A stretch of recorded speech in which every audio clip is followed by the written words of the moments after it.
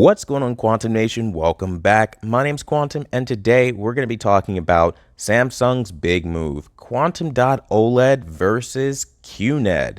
Now, we're going to talk about these two technologies, but first, I'm going to make sure you guys know I'm going to be leaving out a vast majority of the overly technical mumbo-jumbo part and just explain this in English for the rest of anyone out there who is looking for this information.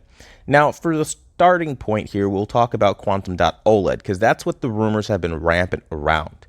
Now, Quantum.OLED adds a quantum dot filter, which creates the explosive color, which we love so much on QLED TVs, but it has OLED level accuracy. And this is huge because, again, having an OLED as your base, you can get that very tight contrast around objects, but then to have the skin tonalities that we love on QLED and then also the explosive color behind that, I mean, it just adds a perfect recipe to one of the best, if not the best, innovations in home theater in a very long time.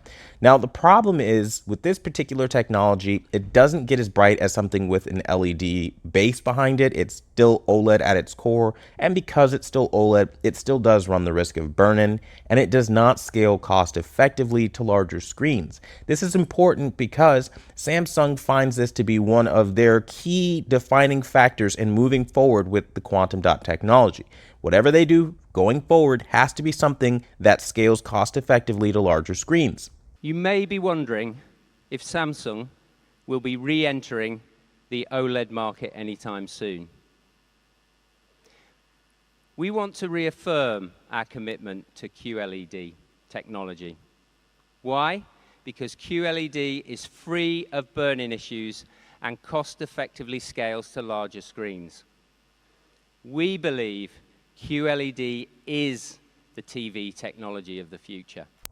Now, when we talk about QNED, we're talking about something that scales cost effectively, gives explosive brightness, and has better viewing angles, and it also has no inherent risk of burn-in because it's not OLED. It basically has a LED on steroids as its base, and again, because of that, you're able to get so much more out of the experience. Now, QNED just stands for Quantum Nano Emitting Diode, which is an inorganic substance. So again, that's the huge point here and what's going to help it match what's currently on the market from Samsung with the QLED line, making this the more obvious route to go. It's less expensive, and it scales cost effectively to larger screen sizes. Now, it's also said to be a match for OLED's pixel performance, so all that tight, beautiful contrast we get on OLED, well, this is said to be able to do that by mocking a kind of self-emissive look with the kind of technology in it, and I hope we can see some sort of prototype even where we can check out what this looks like, because that sounds very good. But the idea here is that they're able to do all this performance stuff, but then also conserve that energy a lot better than what OLEDs were able to do. But there is a problem, and the problem is it will still be thousands of dollars. So even though it won't be something like $250,000 to $500,000, it still will be in the ballpark of very close to $10,000 to maybe $20,000. Now, this is a huge problem for really anyone out there in the consumer market looking for a large screen size, but you don't want to pay more than the current going rate of a 65-inch at $3,500. So that's the big challenge here. It's getting all these prices down for them, but still making it affordable for us.